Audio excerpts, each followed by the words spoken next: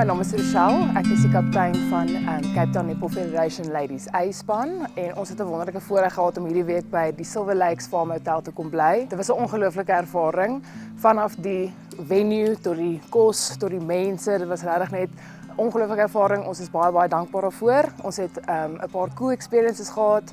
Ons het vir 'n game drive gegaan. Bietjie in die swembad gaan recover. So overall regtig baie dankbaar dat ons die week hier kon bly. Yeah, I think it was a really luxe experience for them and we will always keep it dear to our hearts. Hopefully this is the beginning of many.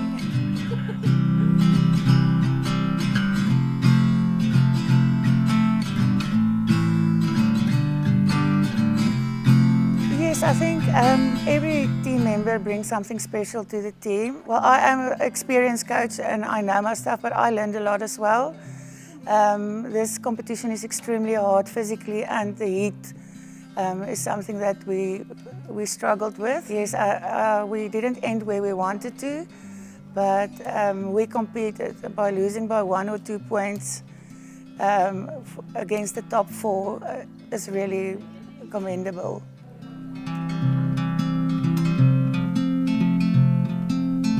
Ek het 'n solid 10 experience gehad hierso.